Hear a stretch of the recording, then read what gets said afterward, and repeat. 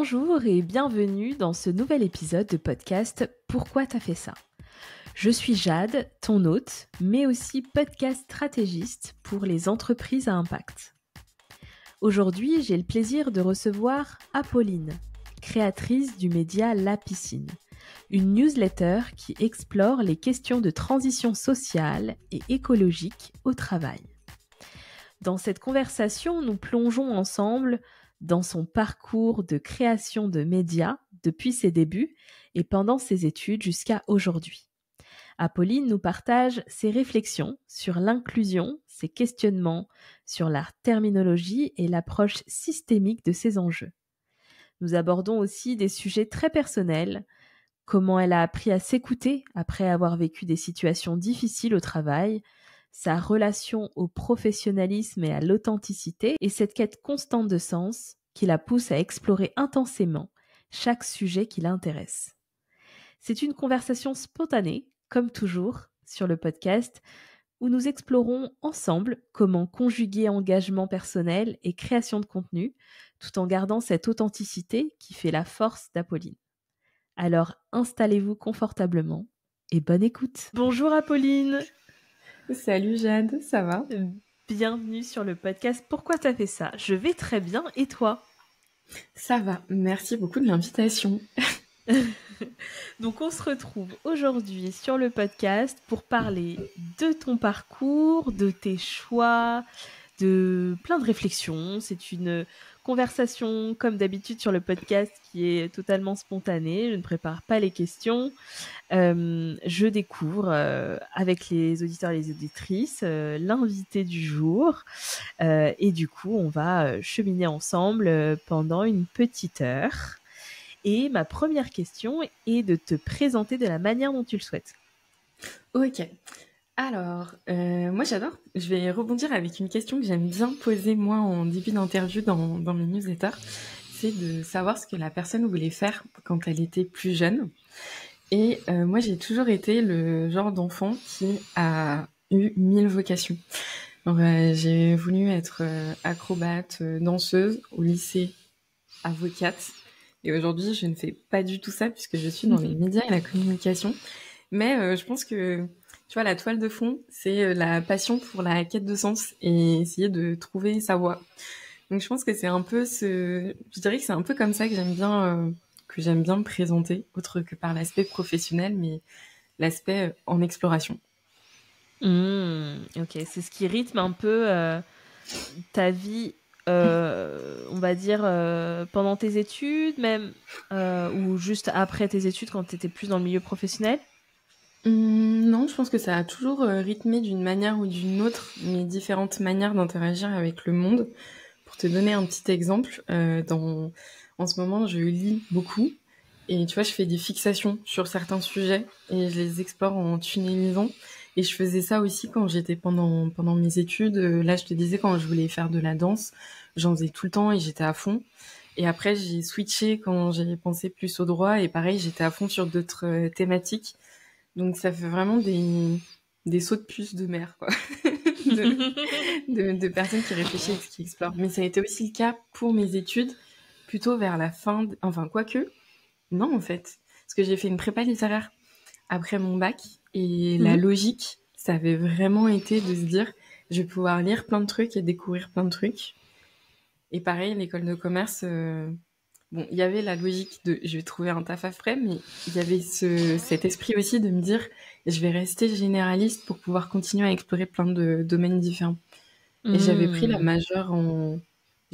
majeure entrepreneuriat. Donc toujours dans ce truc de polyvalence. On sent aussi que j'aime pas choisir. C'est le deuxième truc qui peut ressortir. On peut l'interpréter comme ça, effectivement. Moi, ce que je retiens, c'est aussi que tu vas dans chaque chose avec intensité. Enfin, c'est ce que je ressens Ouais. de comment tu en parles. Donc, du coup, tu as envie de tout comprendre, de saisir un peu la globalité d'un sujet.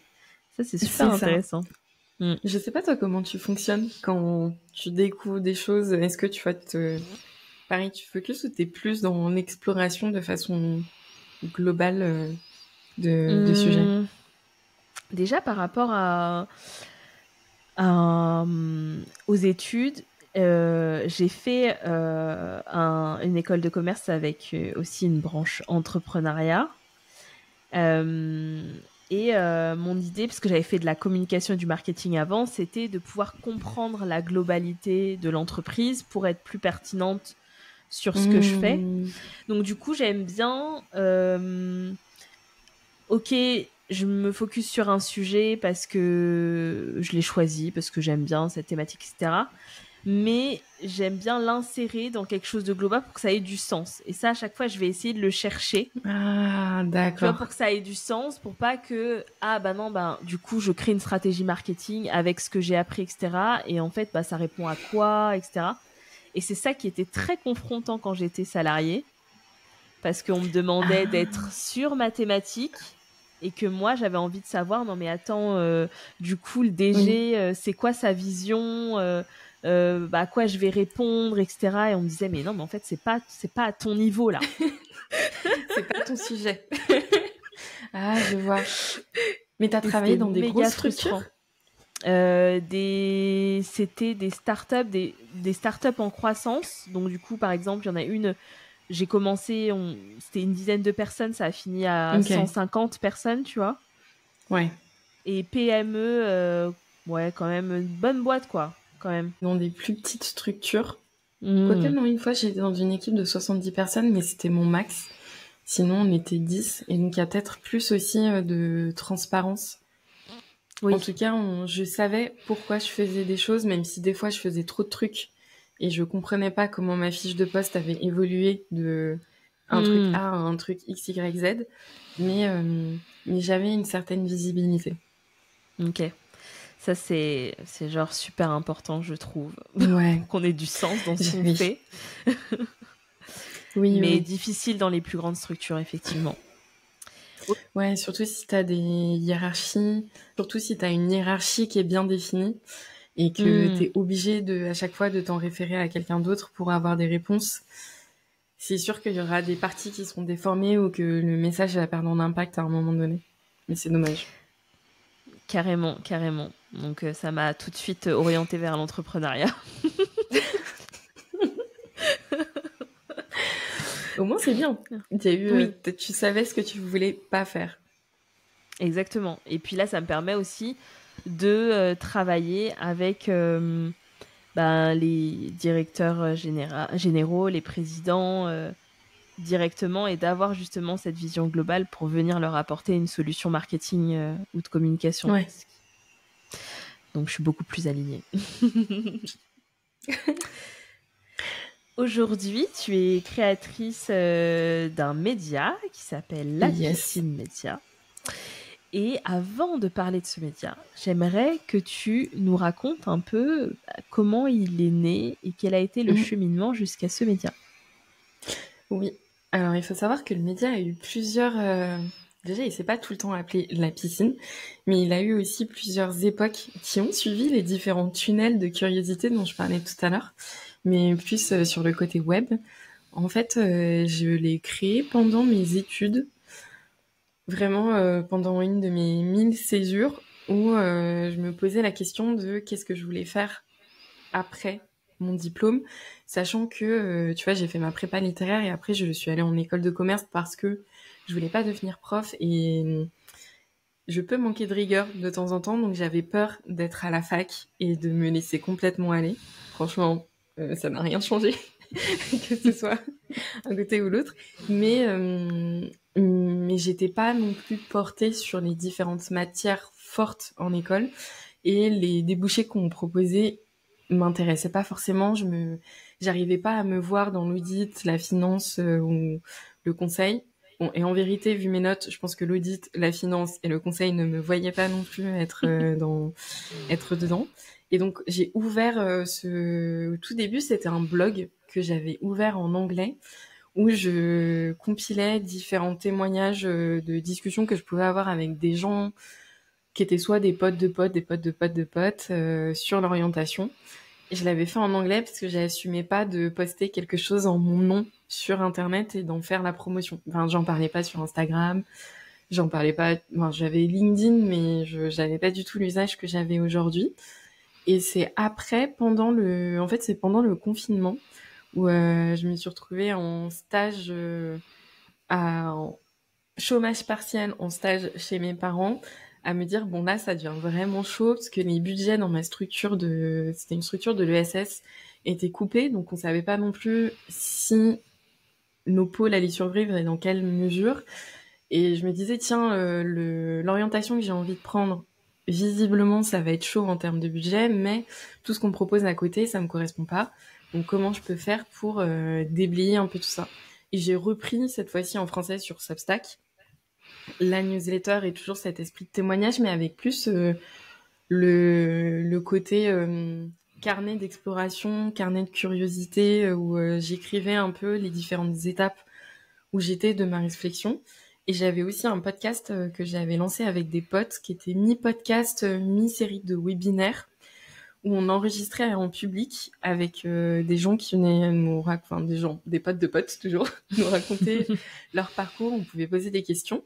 Et sur la forme podcast, en fait, on faisait se rencontrer des personnes qui avaient soit le même parcours et l'un était un peu plus avancé que l'autre, donc ça faisait un peu session de conseil, de mentorat, soit des gens qui en étaient pile à la même étape et qui se demandaient ce vers quoi aller. Donc il y avait eu des discussions sur, je pense à une discussion sur la stabilité financière et justement savoir comment tu fais quand tu as envie de mettre la daronne à l'abri, mais qu'en même temps t'as aussi envie de trouver un sens, à quel moment tu lâches en termes de réussite, de te dire bon ça y est, j'ai atteint un certain niveau et je peux m'autoriser à faire autre chose. Et il y en avait d'autres aussi, c'était sur vraiment juste l'aspect je sais pas du tout ce que je vais faire en fin d'études, aidez-moi. Moi j'étais plus de cette team-là.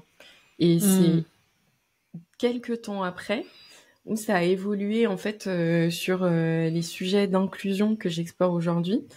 D'ailleurs, la thématique d'inclusion, il faudra qu'on reparle de la terminologie parce que je suis en pleine exploration aussi de qu'est-ce qu'est l'inclusion ou non. Est-ce que le terme est bien adéquat à la réalité vers laquelle on a envie de tendre ou pas? Mais c'est parce que j'ai eu des problèmes moi dans mon environnement professionnel où je me suis rendu compte que peu importe l'alignement que j'ai envie d'avoir ou l'espace où je suis, il y a des éléments qui sont systémiques qui vont rentrer en jeu et qu'il faut prendre en compte pour faire ses choix de carrière, mais même de façon plus générale, ses choix de vie, et arriver à être à l'aise et dans un entourage où on est à l'aise. Je sais pas, toi, sur le média aussi, comment ça a évolué, tes différentes étapes et tes différentes quêtes. Et je me souviens qu'on en avait un peu discuté, de se dire qu'aujourd'hui, toi aussi, tu te concentrais sur l'inclusion pour cette saison. Et comment c'est venu? Très intéressant de voir comment le média, au fur et à mesure, je pense, de toi, ta propre construction, prend différentes formes, etc. etc.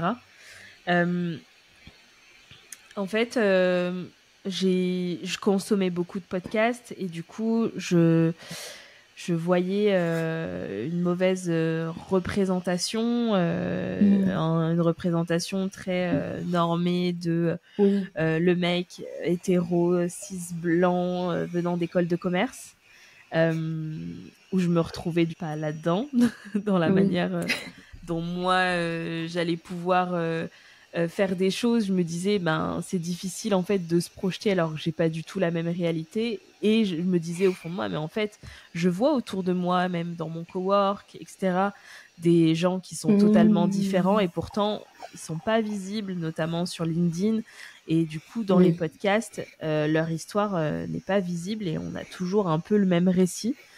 Et c'est pour ça que j'ai lancé Pourquoi t'as fait ça. C'était à la base pour qu'il y ait une meilleure représentativité du monde entrepreneurial, et en plus une représentativité aussi de tous les stades de l'entrepreneuriat, c'est-à-dire qu'on ne veut pas voir que les personnes qui ont percé et qui ont levé des millions et qui on peut s'épanouir aussi autrement. Et aussi de montrer que le chemin aussi peut être épanouissant, c'est-à-dire que les premières étapes, y a quelque chose de particulier qu'on n'a pas après. Oui. Certains frissons de se lancer, de tester des choses, etc. Ça peut être aussi stressant, mais c'est aussi une étape que peut-être a posteriori on peut beaucoup plus apprécier, de se dire ah c'était cool quand je savais pas certaines choses, j'étais insouciante.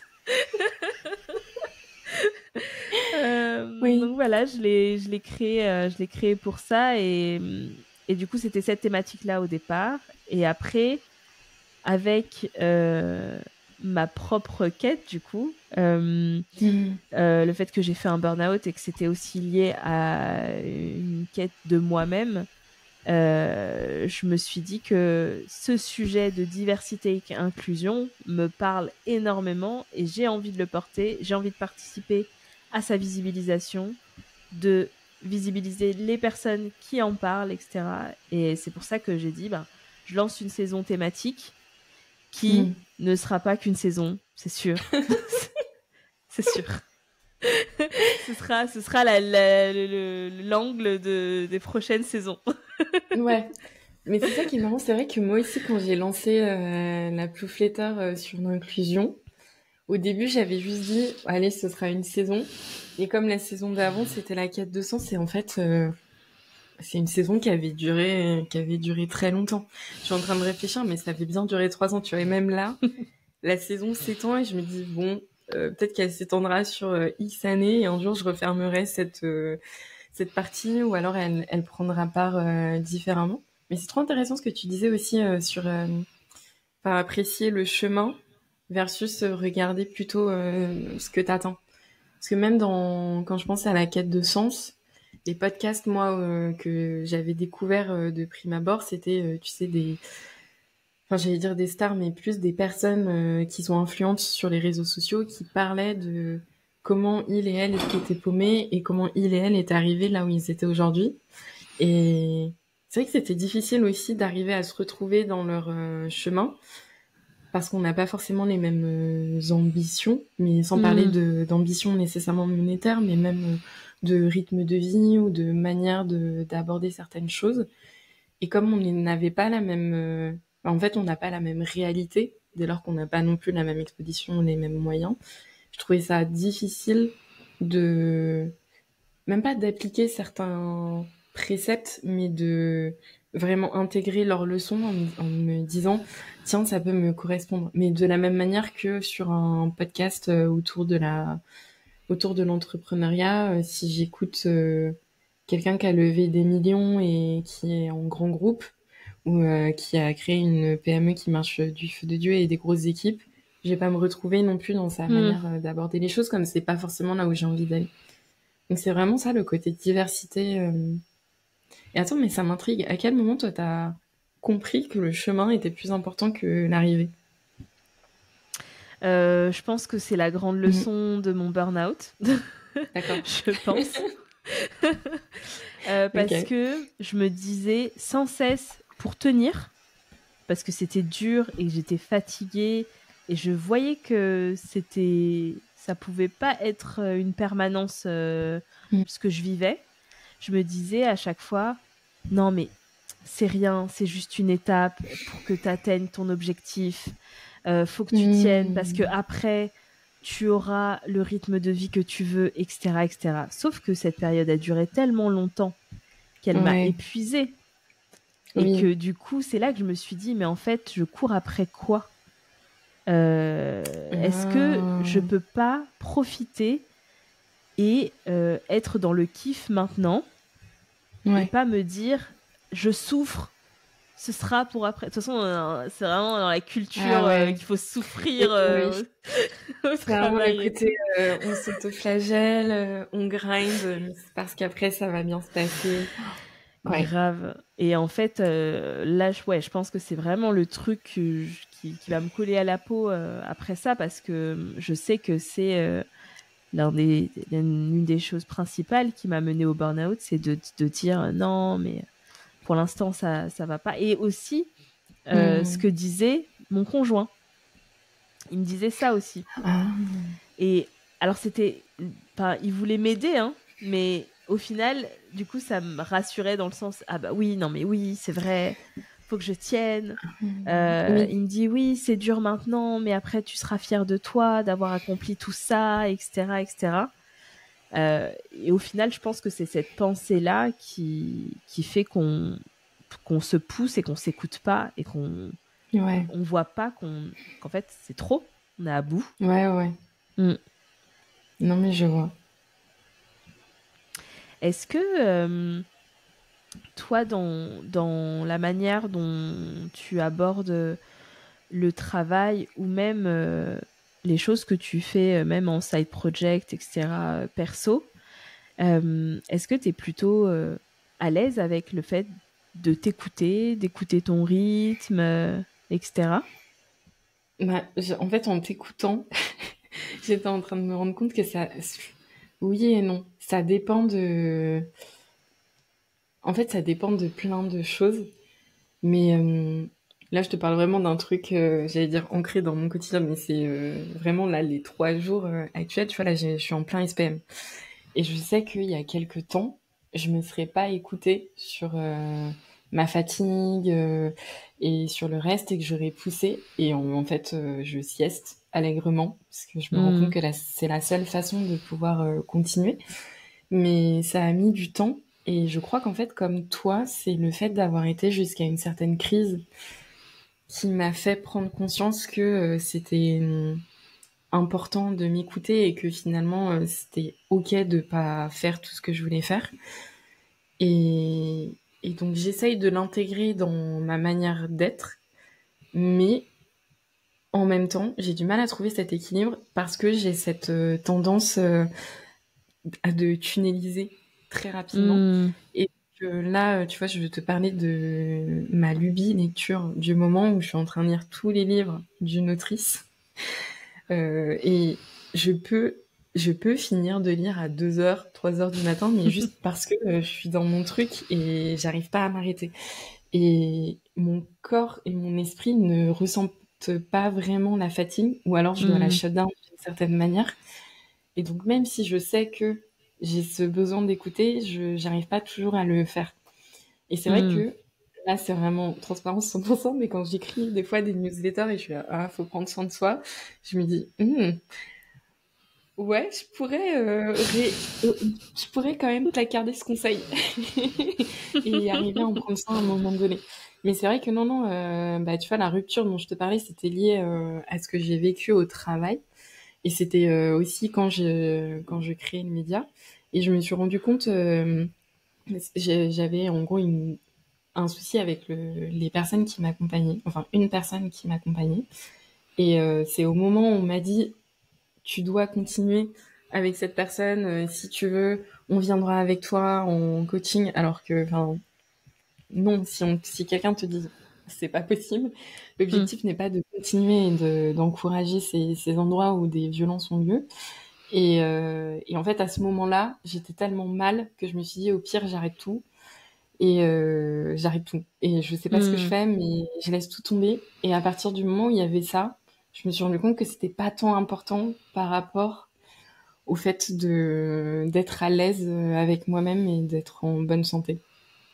C'est vrai que c'est un peu Mm. terrible dit comme ça et je rêve paradoxalement d'un lieu où à la fois au travail, on n'ait pas besoin d'atteindre cette crise dans les discriminations pour que ça aille mieux et qu'on travaille sur ces thématiques-là et sur la santé mentale et tout le reste, l'entrepreneuriat, qu'on n'ait pas non plus à atteindre ce point de rupture où on a déjà cramé des points de vie en vérité pour Mm. se dire bon maintenant il va falloir que je ralentisse parce que dans les faits je sens bien que même si je voulais pousser autant que je poussais avant mon corps peut-être qu'il a encore les capacités mais il me dit stop très vite avant que je puisse retester ces limites là.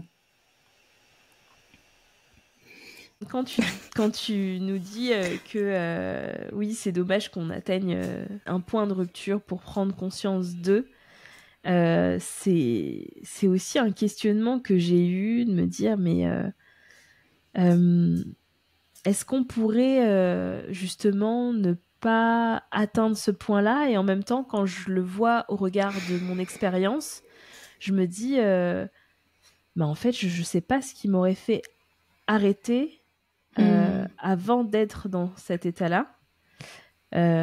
Et après, ma réflexion, elle était sur est-ce que c'est pas aussi plus de personnes qui en parlent, en fait, que ce soit beaucoup plus transparent. Là, je me dis, par exemple, la génération, la dernière génération, les personnes qui ont là, qui commencent à entrer dans la vie active, qui ont la vingtaine, etc.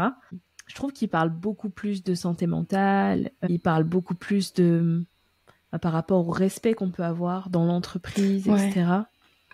Et du coup, ils sont beaucoup plus à l'aise à dire stop à certaines situations. Vu que c'est quand même très lié au sujet que tu explores toi, est-ce que tu as un regard sur ça? Ouais, mais alors je m'y connais moins, en fait, mon lectorat évolue un peu en même temps que moi. Donc là, on est tous passé le cap de la trentaine. On vient tous de rentrer dans la crise de la trentaine. Mais c'était une discussion que j'avais hier, justement, sur ces questions de génération et de la manière dont on aborde les choses. Et pour autant, j'ai l'impression que effectivement, on en parle beaucoup plus et que même les entreprises sont beaucoup plus alertes à ces sujets parce qu'elles savent que ça va être un point bloquant pour les jeunes générations. Mais j'ai l'impression que ça reste quelque chose d'abordé enfin, je fais ça, mais que c'est abordé de façon très personnelle. Tu sais, en tout cas, moi, sur TikTok, les vidéos qui me sont poussées, c'est comment prendre soin de toi avec ton bullet journal, ton carnet de culture, tes temps tranquilles, ton repos social, un peu dans ta bulle.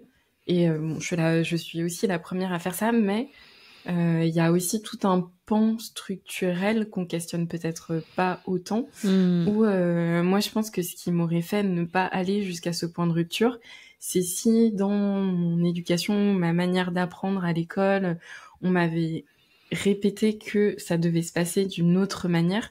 Parce que là, j'avais presque l'impression, même dans les interactions que je peux avoir au travail, je sais que ça prend du temps aussi de déconstruire ces aspects-là et certains types de culture.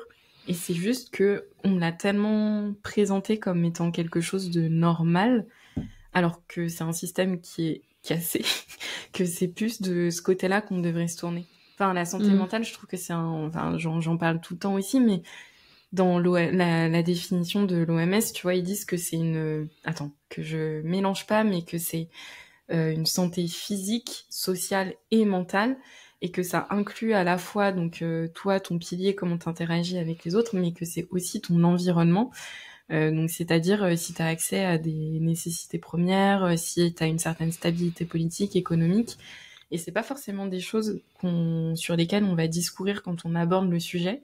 Et c'est peut-être là-dessus où je suis un peu plus sceptique de me dire ok, on avance, mais attention à peut-être pas avancer tous dans nos petites bulles en se disant bon, si moi je prends bien soin de ma santé mentale, c'est ok. Je vais pas trop, on va pas forcément aller regarder ailleurs. Et peut-être que si en plus, tu vois, on n'avait pas ces micro-points de rupture, ben on aurait plus de temps pour se pencher sur le Tetris qui bug un peu de façon collective. Oui, c'est ce dont tu parlais aussi un peu plus tôt par rapport à ton questionnement sur la définition de l'inclusion et de l'approche systémique qui doit être un sujet et un gros sujet qu'on mettrait en avant parce qu'en fait on fait peser le poids sur chaque individu alors que on suit quand même un certain système qu'on n'a pas forcément choisi. C'est ça. Et même en fait je me rends compte que au début, enfin c'est marrant parce que je suis vraiment passée par plein d'étapes et même encore aujourd'hui je me dis bon je vais continuer à avancer mais je ne sais pas où ça va. Et tu vois au tout début j'employais que le terme diversité et je me suis rendu compte que ça prenait pas forcément en compte les questions d'équité. Après j'ai commencé à parler d'égalité et on m'a dit bah attention l'équité l'égalité c'est pas forcément les mêmes choses parce que tout le monde n'est pas sur justement n'est pas à équité.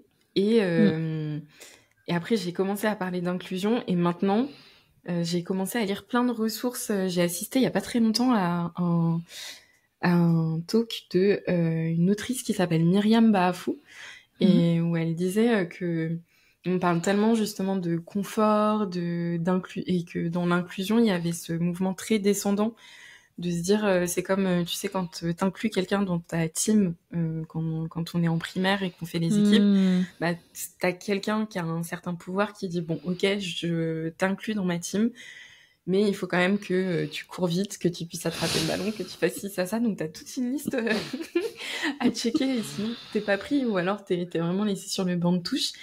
Et elle racontait que dans l'inclusion, il y avait encore ce mouvement de domination qui pouvait un peu s'exprimer, et où peut-être que dans ce cas-là, la terminologie était peut-être à revoir, ou la façon dont on le mentionnait aussi. Parce qu'aujourd'hui, quand on parle de diversité, d'équité, d'inclusion, c'est c'est les entreprises qui vont choisir un peu qui on veut bien piocher pour rejoindre notre team.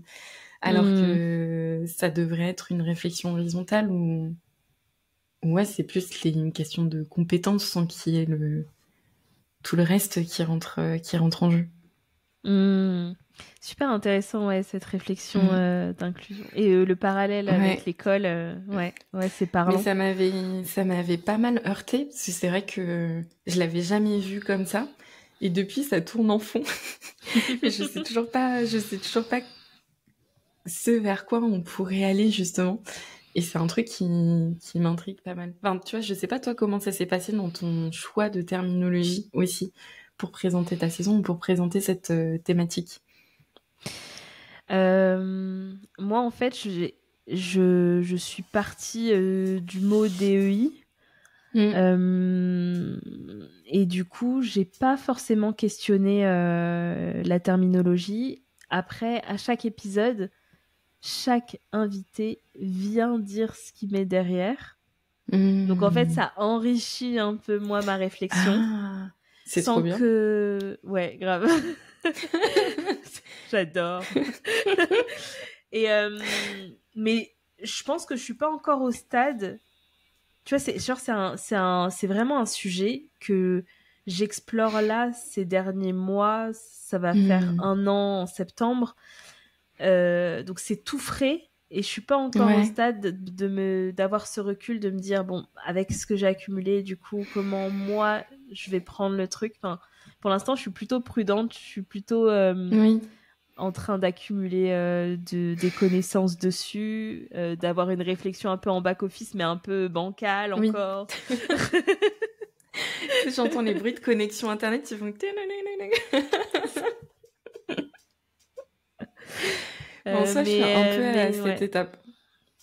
Et puis après, j'avais eu, parce que j'avais déjà fait un épisode qui abordait ce sujet-là au tout début du podcast, avec en fait une personne qui travaillait au gouvernement des États-Unis sur ces questions de diversité, équité, inclusion, qui faisait de la formation auprès des membres du gouvernement sur ces sujets-là. Et j'avais une ouverture sur ce que ça pouvait être dans un pays qui travaille ces questions depuis tellement longtemps, que le gap entre les États-Unis et la France sur ce sujet est énorme. Même si, bon, là, on voit avec Trump que c'est bafoué, voilà, on sait plus où on est. Mais les personnes spécialisées sur ce sujet aux États-Unis sont tellement en avance sur ça. Et du coup, il y avait... je t'enverrai le lien. Je pense que c'est une interview qui va vraiment t'intéresser. Et je le mettrai en description pour les auditeurs et les auditrices. C'est vrai que nous ne sommes pas que toutes les deux. La meuf, elle s'oublie. Oui, mais moi, je suis preneuse. Mais c'est vrai que c'est intéressant de voir comment en France on doit encore expliquer certains termes, etc., etc. Là où dans d'autres pays ils sont dans l'action, alors que en France, en tout cas en parlant avec par exemple Léa Niang qui travaille auprès des entreprises sur ces sujets, on est à expliquer ce que c'est, à faire de la sensibilisation sur nanana, et on est loin des actions concrètes, des choses mises en place, et voilà. Oui. Et je pense aussi que les États-Unis ils ont beaucoup plus de vocable déjà. prêt à servir pour mentionner et pour adresser certaines réalités.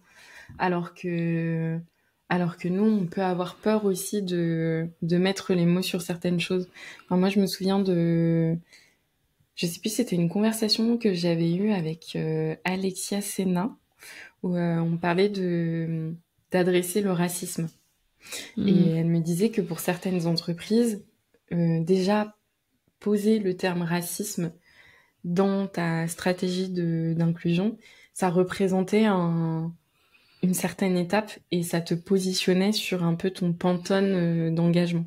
Alors que d'autres allaient plutôt parler d'égalité des chances ou de politique de diversité, mais avec des termes un peu flous, ou de diversité culturelle, sans vraiment dire ok, nous, notre objectif, c'est de combattre le racisme en entreprise.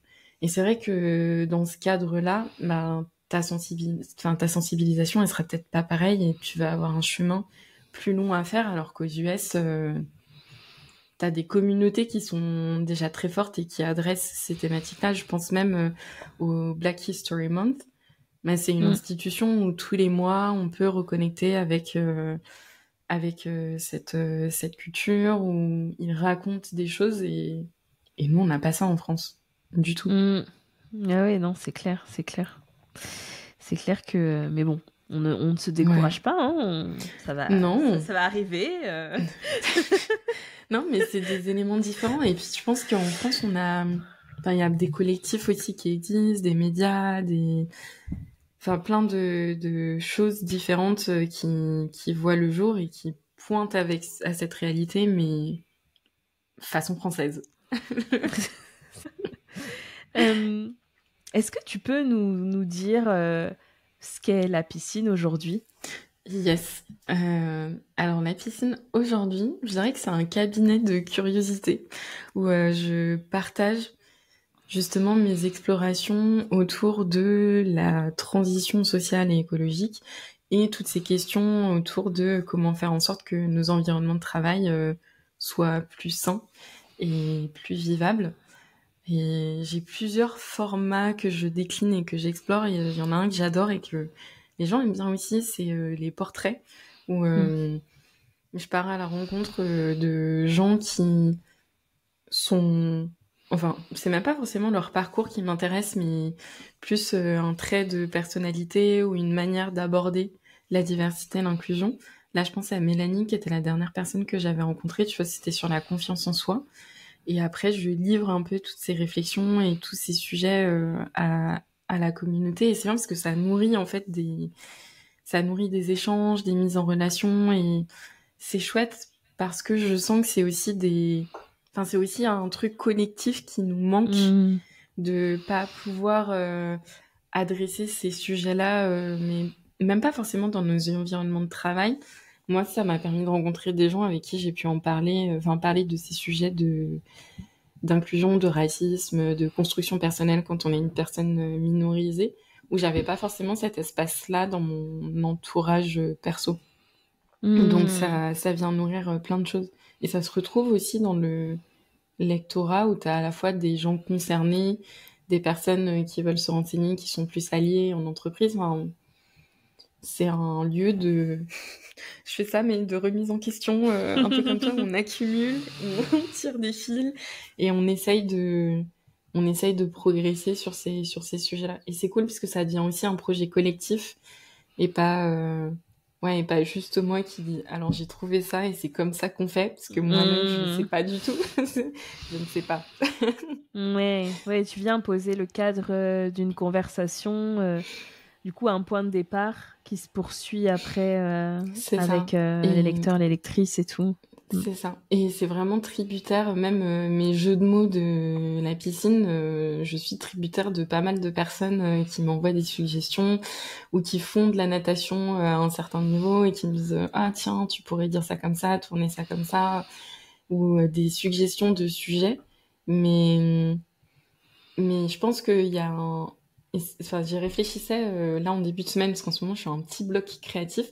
Mais tu vois, je me disais, toi sur le podcast, il y a tout de suite peut-être un aspect plus informel et plus accessible, comme on a plus le réflexe d'écouter quelqu'un et on est peut-être plus détendu quand on écoute quelqu'un ou quand on parle, alors que l'écrit, un peu comme sur LinkedIn où c'est trusté par un certain type de personnes qui ont les codes de l'écriture, c'est plus difficile aussi d'arriver à créer un environnement qui soit, ouais, où il n'y ait pas forcément de barrière à l'entrée. Bon, même si je sais que il y en a forcément quand tu lis, vu la taille des newsletters, certains jeux de mots, etc. Mais essayer d'avoir un espace qui soit pas, j'allais dire impressionnant, mais le terme est mal choisi, mais où tu te sentes légitime et ok de passer la porte, de t'asseoir au bord de l'eau, de papoter avec les gens, mais pas de se dire c'est une newsletter institutionnelle avec des mots un peu ronflants.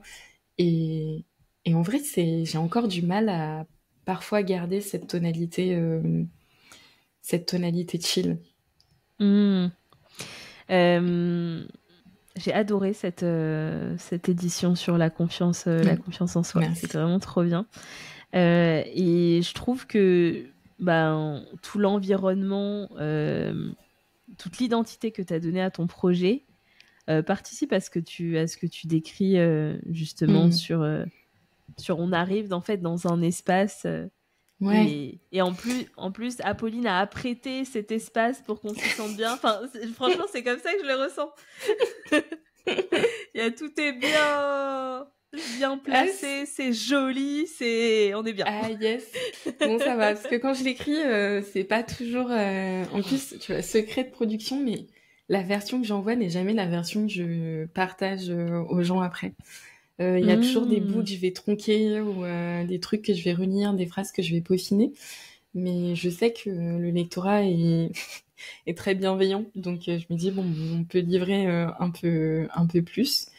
Et je le vois plus comme un truc, tu sais, où des fois t'as des meubles un peu brinque-ballant, mais ça passe.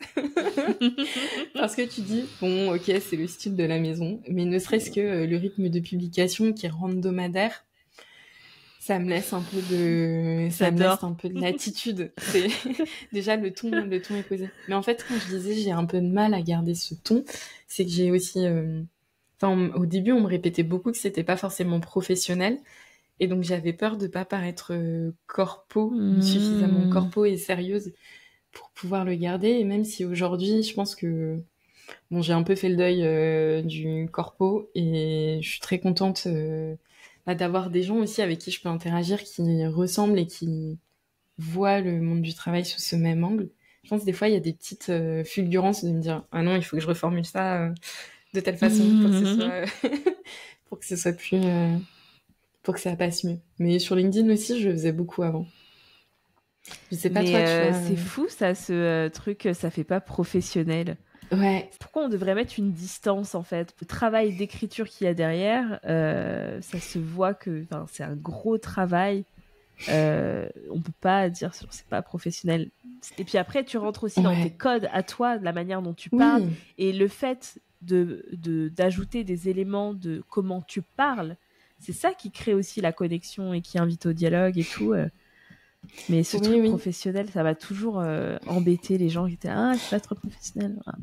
Bah, ouais, moi aussi, ça me chiffonnait beaucoup. Et encore aujourd'hui, ça peut me chiffonner, mais je crois, pareil, on était tellement biberonnés à avoir un certain mode d'expression qui a l'air sérieux et qui présente bien. Enfin, c'est comme aller en entretien en costume ou en tailleur. Je sais que j'avais fait ça, moi, à l'entrée de mon école de co. Et aujourd'hui, je passe des entretiens en birk. Donc, c'est pas du tout pareil. Mais je pense que tu perds aussi tu perds en pression avec le temps. Mais au début, j'avais peur que signer avec la baleine, ça fasse pas professionnel. Parler de piscine, ça fasse pas professionnel. Et ouais, au début, je me suis beaucoup auto-flagellée pour garder cette cohérence.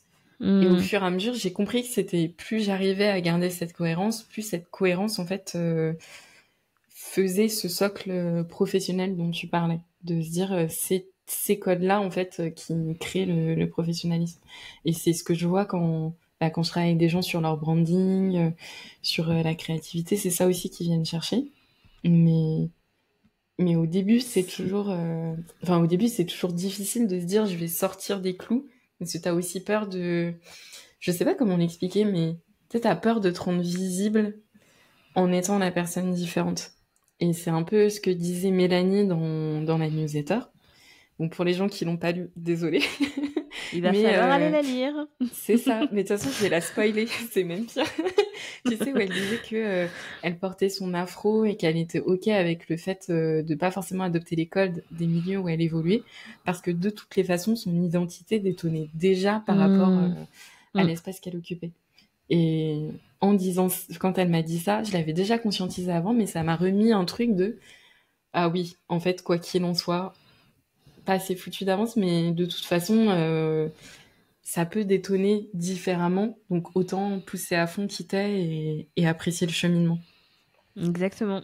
C'est vraiment un des passages qui m'a aussi beaucoup interpellée, en me disant mais en fait pas de limite, quoi. Enfin, c'est pas grave. Ouais. Genre, de toute façon, tu vas pas. En fait, j'ai tellement essayé de rentrer dans certaines cases, etc., jusqu'à il y a pas très longtemps, que là, je fais ce que je veux.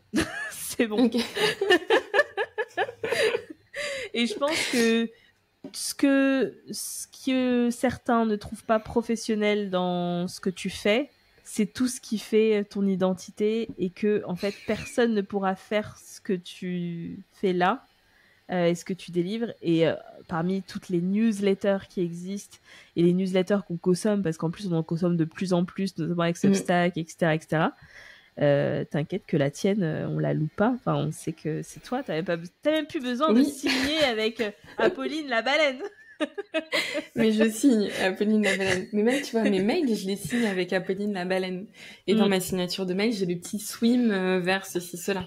Et je pense, il y a 2 ans, j'aurais jamais fait ça. J'aurais fait une syncope en appuyant sur. Mais dans mon téléphone, tu es enregistré Apolline la baleine. Avec le petit emoji la baleine. Oui, oui. Bah oui. Bah, de toute façon, je les mets partout. Et tu vois, ça me rappelle, tu viens de me débloquer un souvenir. Mais je me souviens, c'était l'incubateur où j'étais, j'avais eu cette discussion sur harmoniser mon identité. Et elle me disait, bon bah, quand les gens vont chercher sur Internet, sur Google, whatever, ils voudront avoir une référence et être rassurés sur ce côté pro, toujours. Et elle me disait, bah, il y a besoin d'avoir ton nom de famille. Il y a besoin que tu rechanges tout, parce que LinkedIn aussi, il y avait la petite baleine, et elle avait vraiment insisté là-dessus. Et je crois que j'ai bien mis 2 semaines avant de me dire, mais en fait, si je vais prendre le problème à l'envers, si je passe tout avec la baleine, je serai uniquement référencée avec la baleine, donc on sera obligé de me voir, on sera obligé d'accepter que c'est Apolline avec cette baleine, et que même mes références professionnelles, elles seront avec la baleine. Et l'an dernier, j'avais fait une conférence avec Job Teaser, et ils avaient accepté de mettre... Non, il n'y avait pas je sais plus s'il y avait la baleine. Mais en tout cas, il y avait que mon prénom. Donc ça maintenait le branding aussi. Mais je pense que si j'avais eu des endroits où j'avais ce nom de famille, ça aurait pas... ce serait pas passé de la même façon. Et ça joue un peu comme un...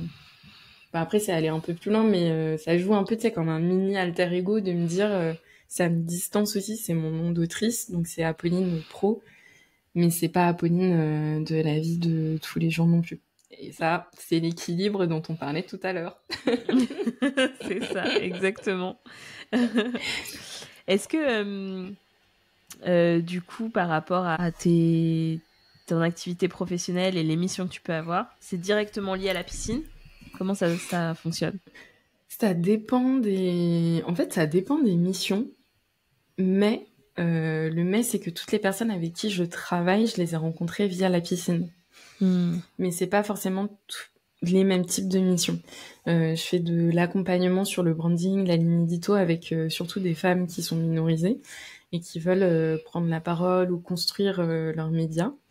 Donc dans ce cas-là, c'est souvent ce que j'ai fait sur la piscine ou sur LinkedIn qui les ont fait venir à moi. Et après, non, pareil, mes sensibilisations, soit c'est des personnes qui lisaient la newsletter et qui étaient intéressées pour parler de sujets de sécurité psychologique.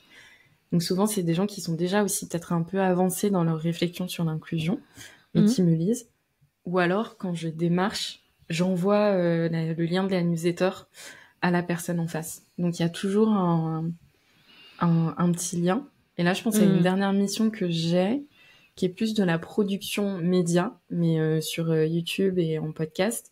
Et en fait, c'est lié à la piscine d'une certaine façon, comme c'est quelqu'un avec qui j'avais déjà travaillé, mais qui sait que je maîtrise un peu ce côté média. Enfin, un peu, qui sait que je maîtrise pour ce côté média. J'aime bien, on aime bien se minimiser. C'est ça, c'est ce que j'étais en train de dire. Mais en fait, c'est même pas un peu, vu que ça fait longtemps que je barbote dedans. Mais j'ai quand même ajouté le un peu. Et donc, c'est lié à la piscine. En fait, c'est lié à mes compétences que je développe avec la piscine. Ok. Et là, tu vois, sur la mission de production, c'est pas dans mon domaine clé, donc je dois apprendre d'autres choses. Mais en tout cas, la base, ça reste du média. Attends, mais oui, mais toi aussi, ça reste lié à ton podcast, même si c'est un side project. En fait, et j'en ai parlé du coup dans un post aujourd'hui ou hier, je sais plus. Je vais aller voir. En fait, c'était un side project. Vraiment, je me suis dit, je vais faire ça, voilà, pour participer à la représentativité des entrepreneurs en France et tout. Et en fait, j'ai tellement adoré ça. Et ça m'a tellement fait rencontrer des gens qui m'ont ouvert vers d'autres trucs, qui m'ont mis en relation avec d'autres gens, qui fait que maintenant, c'est le podcast qui est le cœur de mon métier. Notamment aussi les interviews au-delà du podcast, parce que, par exemple, je travaille avec une cliente sur des articles de blog. Et le point de départ, c'est une interview avec des personnes en interne dans l'entreprise. Okay. Et c'est aussi l'expertise d'interviewer qui fait que derrière, je fais un article qui est 100% de chez eux, en fait, et qui n'est pas un article que je fais avec des recherches, etc., et qui sera peut-être moins lié à leur identité. Donc, oui, il y a le podcast, le fait de faire des podcasts pour d'autres, de coacher sur le podcast aussi d'entrepreneurs. Oui. Mais il y a aussi d'utiliser le podcast pour faire d'autres contenus. Et notamment, ça peut être aussi... ce que j'aimerais bien développer, c'est des podcasts d'interview clients, tu vois. Au lieu d'avoir un avis client, de pouvoir raconter l'histoire qui était derrière cette collaboration. Et du coup, d'avoir un format de podcast pour les avis clients, ça, je trouve que ce serait ça trop peut être bien. Un truc. Ouais. C'est comme ça, t'as vraiment Enfin, tu peux vraiment aller dans le fond des choses et de la façon dont s'est déroulée la collaboration, l'avant, après, alors que les avis clients que tu lis, enfin, je fais ça pour le côté très standardisé et pour aussi le côté peut-être un peu court, comme tu lis en quelques slides sur LinkedIn ou sur Insta. Exactement. Et puis ajouter ce lien émotionnel de la voix. Ça, ça, tu peux pas le faire autre part, quoi. Tu l'incarnes. Moi, je crois fermement que tu peux incarner aussi à l'écrit, mais ça demande un taf aussi supplémentaire. Mais quoi qu'il en soit, je retiens aussi l'aspect compétences transverses sur lesquelles on insiste beaucoup dans d'autres domaines, mais peut-être pas suffisamment dans le média aussi. Comme là, tu disais, la capacité d'interviewer des gens, elle se retrouve à la fois dans le podcast, mais aussi sur des interviews peut-être plus classiques de blog. Mais c'est aussi une capacité d'écoute qui peut te servir si tu fais des audits, du conseil.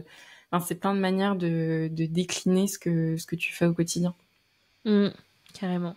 Et d'ailleurs, quand tu parles justement du lien émotionnel que tu retrouves à l'écrit, ça m'étonne pas que tu le dises, parce que quand je lisais l'interview de Mélanie, en fait, c'est comme si je l'entendais, en vrai. Ouais. La manière dont tu le retranscris, il y a ce dynamisme de conversation. En même temps, il y a les liens narratifs que tu fais entre les parties. Enfin, franchement, je suis un peu fan du truc. Donc, je suis un peu la fangirl dans le... Non, désolée, c'est peut-être malaisant pour toi, je suis désolée. Oui, j'étais en train de me dire, bon, ça va, ça veut dire que je fais bien mon taf. Parce que moi, quand je l'écris, il y a aussi une partie j'allais dire de kiff, mais tu sais, quand je suis là, ok, je peux mettre ça comme ça, les liens s'agencent, mais peut-être que j'en ai trop mis, et ça, c'est vraiment, tu vois, le côté négatif peut-être de la création de contenu, mais suite à cette interview, j'ai eu des retours, enfin j'ai eu plein de retours positifs, mais j'en ai eu qu'un je crois, mais un retour négatif qui disait bon c'est trop long, c'est indigeste, et donc tu vois, ça me rassure aussi de me dire bon tu peux faire des trucs longs, mais il faut que ce soit écrit d'une certaine manière. Et c'est tout le défi en fait de la newsletter, d'arriver à insuffler ce degré d'oralité suffisant, mais pas too much, et qui soit aussi digeste pour les gens. Mais en vrai, je suis fan de l'écrit aussi, donc mais t'as des newsletters qui sont géniales. Je suis aussi une geek de la newsletter. Enfin, en tout cas, moi, ça m'inspire beaucoup parce que là, j'aimerais bien avoir le pendant newsletter du podcast. Et du coup, c'est inspirant de se dire, peut-être que ça va pas être juste un simple résumé ou un espèce de teasing, mais ça peut être quelque chose d'un peu plus vivant, qui donne envie d'aller écouter l'audio, etc. Donc, non, c'est intéressant de voir ce format-là. Mais attends, t'as déjà des idées de la façon dont tu pourrais le développer, enfin développer cette newsletter et cette tonalité? En fait, je pense, alors c'est encore en construction, mais ce que j'aimerais, c'est y insérer des coulisses et la manière dont j'ai réagi et pourquoi je suis allée sur tel sujet. En fait, d'amener un peu ce qu'on ne voit, ce qu'on n'entend pas et ce qu'on ne perçoit pas dans l'interview finale, ce que ça a déclenché chez moi, parce que au final, à chaque interview, c'est des choses qui me nourrissent et qui me font avancer sur quelque chose. Et du coup, ça, personne le sait, je le partage pas. Alors que je pense que ça peut être une dimension intéressante des discussions. Et aussi un teasing d'aller écouter l'épisode pour voir en quoi, moi, ça m'a poussé à... voilà. Donc, je travaille un peu sur cette partie-là. Dans mon esprit, tu sais, je vois j'ai tapé mon micro, mais je vois un format, tu sais, un peu journal de bord, où limite on voit tes notes pré-podcast, de me dire tiens, j'ai envie d'accueillir un tel, et tes notes... Enfin, moi je fais ça souvent après les portraits, mais tu sais, mes petites notes à chaud, et après j'ai mes notes quand je reprends l'épisode et que je vais tout retranscrire. Donc ça pourrait être aussi suivre ton processus de création, qui reprend à chaque fois une étape de réflexion. Mais carrément. De toute façon, c'est un format qui se construit avec le temps, enfin, comme je pense le podcast aussi. Ça c'est un peu le problème. C'est pour ça que ça fait quand même un petit moment que je réfléchis, que je l'ai pas sorti. Parce que je dis non mais et à un moment je me dis non, il va falloir que tu te lances et que oui il faut l'améliorer au fur et à mesure et le faire évoluer. C'est ça, et en plus c'est comme ça que tu vois sur quel format t'es à l'aise d'écrire, et plus t'écris, plus t'es à l'aise aussi d'aller sur des trucs où t'étais mal à l'aise avant. Ça faisait aucun sens, mais plus t'écris, plus tu peux être vulnérable, et plus tu es à l'aise sur de dévoiler certaines zones de vulnérabilité qui te semblaient être un peu plus touchy avant. Mais enfin, moi je vois, j'avais fait une newsletter, mais c'était l'an dernier, sur mes recherches autour de l'adoption, et tout ce que ça faisait remonter en moi sur la quête identitaire, la quête de sens. Et quand j'avais ouvert la newsletter, mais vraiment jamais, je me serais vue écrire cette newsletter. Genre, je me serais enfermée sous ma couette, roulée en boule, je sais pas. Je suis dans mon tapis de piscine, si tu veux rester sur le moi. Ah oui, non, c'est vrai qu'il y a des choses qu'on ose, à certains moments.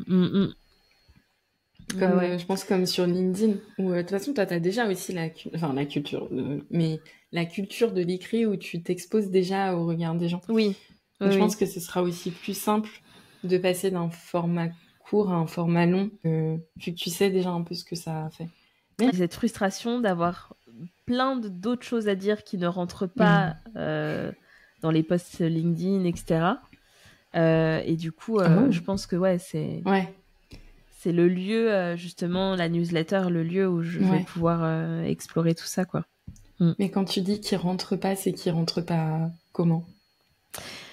En fait, entre la promotion du podcast Et mes posts, du coup, sur la promotion de mon activité plus business, en fait, ça fait trop. Il y a un moment où j'ai dû enlever des choses. Il y a des choses, par exemple, qui sont sur le podcast, qui sont que sur Insta. Parce que LinkedIn, c'est plus là où il y a mes prospects, etc. Il fallait que je fasse un choix. Sinon, il y avait trop de publications, quoi. Oui, je vois. Donc, c'est là que je me dis, en fait, c'est un peu étroit comme espace. Oui, moi, j'ai ralenti le rythme. Enfin, j'ai ralenti. Je suis même au niveau 0 de la publication en ce moment. Mais en partant de la newsletter, ça permet aussi de créer un système de contenu qui ruisselle sur les autres réseaux. Après, le podcast aussi, c'est ce que ça fait quand t'es en promo. Ça te permet d'avoir un système qui tourne bien. Mais oui, ça peut aussi inonder les gens. C'est le pendant peut-être un peu plus négatif. Ouais, c'est ça. Donc, faut trouver le juste milieu, quoi. On arrive à la fin du podcast déjà, alors que j'ai l'impression que... pour être totalement transparente avec les auditeurs et les auditrices, on avait déjà enregistré une partie et on a eu des problèmes techniques, etc. Mais je pense que des éléments de cette partie-là vont être en bonus parce qu'il y a des choses qu'on n'a pas parlé, notamment de la quête identitaire. Et je pense qu'il y a des choses qui sont intéressantes à partager. Donc, je pense que je ferai un petit bonus avec des extraits de cette discussion, que ça tombe pas dans l'oubli. Ou sinon, sur la newsletter... Peut-être que c'est le point de bascule qui me... c'est ça. C'est pas tombé dans l'oreille d'une sourde. Non, mais de toute façon, moi, je dis les choses en public, ça m'engage. Donc, à un moment, je vais devoir en faire quelque chose, sinon, je sentirais que je trahis quelqu'un. Ok. On est tous témoins. Enfin, on est tous et tous témoins. Je vais te poser les 2 dernières questions du podcast. La première, c'est est-ce que tu as des ressources, quel que soit le format, à partager aux auditeurs et aux auditrices aujourd'hui? Yes. Alors, la première ressource à laquelle je pense, c'est un livre dont je parle absolument tout le temps. C'est It's Not That Radical de Michaela Loach. Donc, c'est Loack.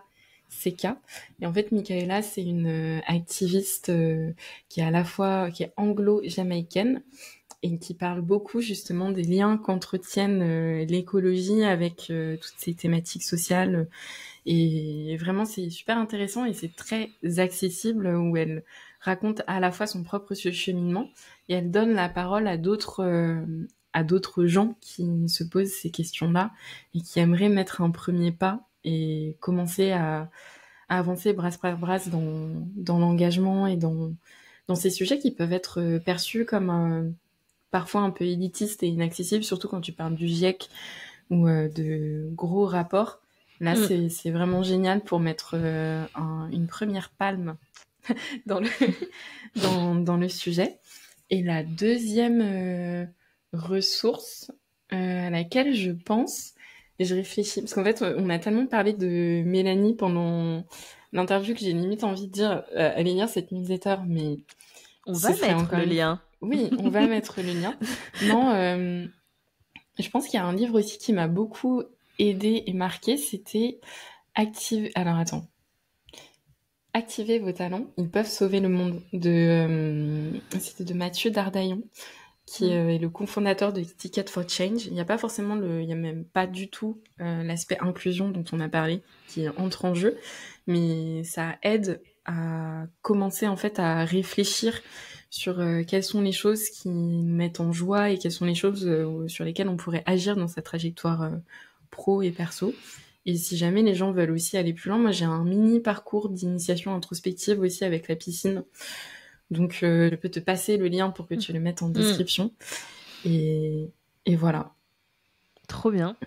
Merci beaucoup pour ce partage. Ouais, on mettra tout dans la description de l'épisode. La seconde question, c'est qui verrais-tu à ta place sur le podcast ? Oui, alors Je pense à une nageuse, donc quelqu'un qui lit la newsletter. C'est Cynthia Calatan.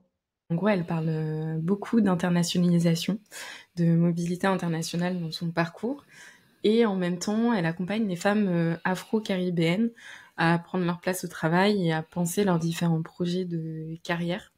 Et je pense que ça pourrait être vraiment intéressant d'avoir une discussion toutes les deux, parce qu'elle a un regard très, j'allais dire très sage, mais aussi très sharp sur ces questions d'inclusion. Et j'aimerais bien l'entendre sur le temps long, te parler de à la fois ces thématiques d'inclusion dans son travail en tant que RH, mais aussi la manière où en tant que femme afro qui en plus est partie vivre elle est retournée dans les Drum-Tom pour pouvoir éduquer ses enfants et leur transmettre une partie de sa culture, même si elle n'est pas originaire de l'île où elle est.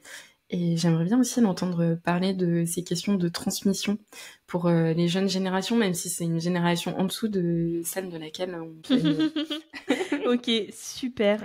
Super intéressant. Ça me parle beaucoup. Et cette histoire de transmission, oui. Notamment, c'est un sujet avec mes enfants. Donc c'est très intéressant. Ouais. Carrément. Merci beaucoup. Écoute, on a passé un super moment. J'ai beaucoup apprécié discuter avec toi. Et puis, je suis sûre qu'on essaiera de se voir en vrai. Oui.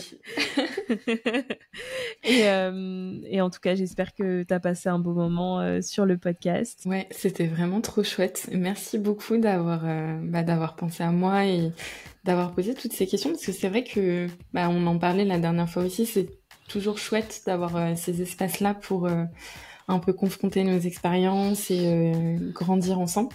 Donc vraiment merci, c'était trop sympa. Et super, on se verra en vrai sans connexion internet. Oui, c'est clair. Merci beaucoup Apolline, à bientôt. Ciao ciao. Merci, salut.